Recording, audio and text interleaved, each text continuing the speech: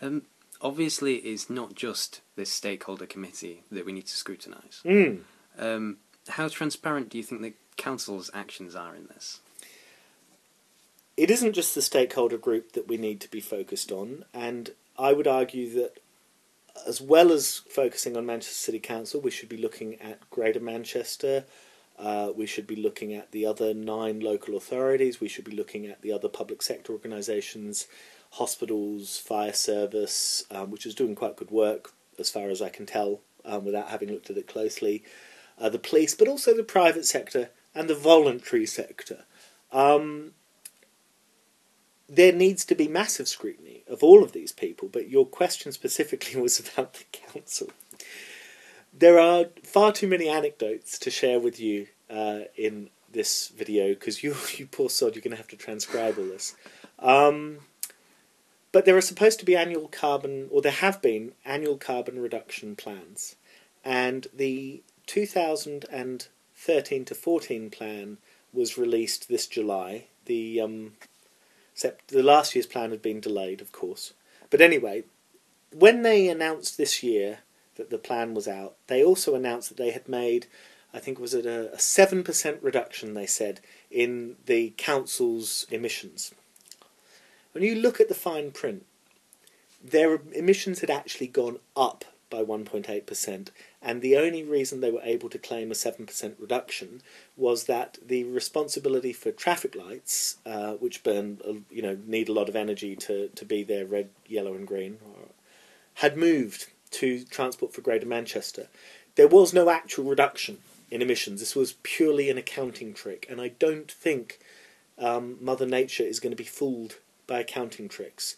Now, getting them to admit this, good luck. More importantly, at that July meeting of the Neighbourhood Scrutiny Committee, which was attended by myself and a fair number of people who'd been alerted to the existence of the meeting by me, by Manchester Climate Monthly, we put forward the idea that because there had been such clear failure in the previous year, emissions had gone up rather than down, that they ought to really have monthly updates on progress so that they weren't in the same position next year. The officers were absolutely horrified and resisted with every last shred of their fibre of their being. A bunch of the councillors were of the opinion that, well, monthly was a bit much, but what about quarterly? Quarterly sounds good. And disappeared into the long grass. And you now have a situation where there's going to be a 3-year carbon reduction plan for the City Council from 2014 to 2017. And guess what?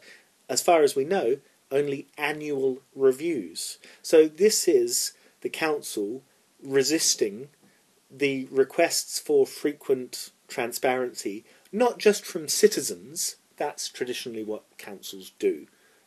You're allowed to go out and vote for them 3 years in every 4, but the rest of the time, piss off. They're even resisting the efforts of scrutiny of the people that you and I elect to control how things are done and whether they are done. And that, to me, is terrifying, contemptible, alarming, demoralising, and we will look back in 10, 20, 30 years and will be staggered that we allowed them to get away with this. Would you agree that there's a lack of framework for progress assessment within the Manchester Certain Future document? And is this an issue? You're asking me about framework for progress within both the, in 2009, a Certain Future document, and I presume the refresh. We wrote extensively about the refresh document and published it on Climate Monthly, I'm pretty sure, and we pointed this out, that the so-called delivery mechanisms for different parts of the city were 1 or 2 lines and reference groups and things that were of minimal benefit for carbon mitigation. Now, a lot of these groups are doing sterling work around community cohesion, local food growing, etc. But if you're talking actual mitigation, actual creation of low carbon culture, they're just not where it's at. I don't think any I don't think anywhere else is necessarily doing better in Greater Manchester or the UK or anywhere else. I suppose I could flip the question round, as I have done so many. What would proper progress framework look like? Well, there are some very obvious things that you would do. You would have your little comedy thermometer of 1,000 for how many organisations had endorsed. You would have another thermometer for how many had written their implementation plans. You would have a regularly updated website that talked about the successes, because there are successes in Manchester, plenty of them, and we publish information about some of those successes. But also the failures. You would do things like quarterly reports from the council, where the council actually admitted things that it was progressing well with, but also, more importantly, admitted things where it wasn't progressing well with. You would have the executive member for the environment blogging regularly, the way that the leader of the council does, well, hopefully better than the way the leader of the council does. You would have the executive member for the environment writing articles for the Manchester Evening News. You would have public meetings where the executive members for the environment and other executives faced panels of audience like a question time thing, and in different parts of the city. That's for starters with the council. With the steering group, it would hold its meetings in public, it would hold elections, it would actually hold an annual stakeholders conference instead of running scared from previous failures, which sends exactly the wrong message. The steering group is the one organisation that could legitimately hold a citywide stakeholder conference and have people from business, policymakers, academics, etc. along.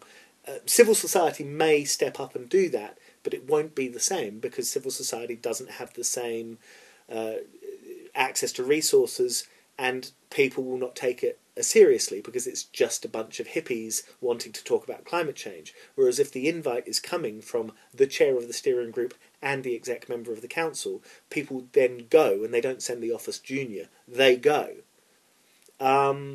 Again, the steering group's website would be giving lots of updates.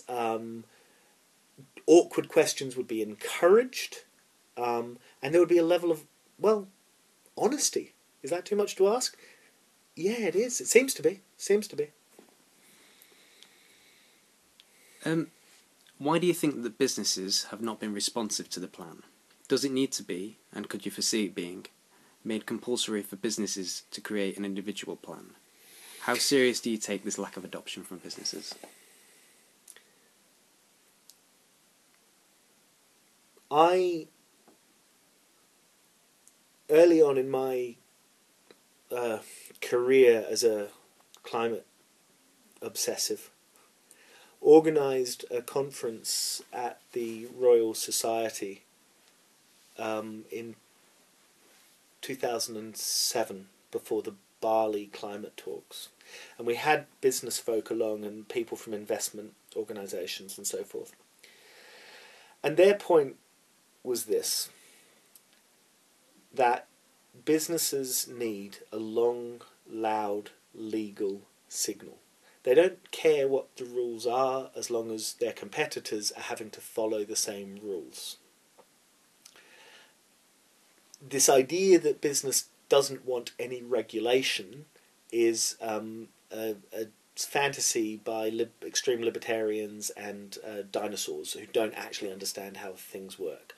Because there are many businesses that are headed up by people who understand the science and want a long-term future for the planet. But if they're constantly being undercut by people who are able to use rivers and oceans and atmosphere as sewers for toxic waste, then they can't bring good products to market. I mean, it's far more complicated than I'm telling you now. But I just want to make the point that it is possible for businesses to engage with climate change, but you need a state, and it can be a local state, that is willing to regulate, and regulate fairly, and to be transparent. Now, I alluded earlier to Manchester's extreme fear of being perceived as loony left, anti-business, and they are at great pains to talk about partnership working and this and that and the other. I've thought of a couple of other people you should talk to who know more about this particular agenda than me. In terms of whether we can succeed without business, I'm of the opinion that we can't succeed with business, or without them. I'm firmly of the opinion that you and I are wasting our time sitting here and having this conversation. If we're lucky, we have another 10, 20 years of reasonable quality of life with many of the things that we cherish, stable weather patterns, stable political patterns, freedom of speech, freedom of assembly, etc.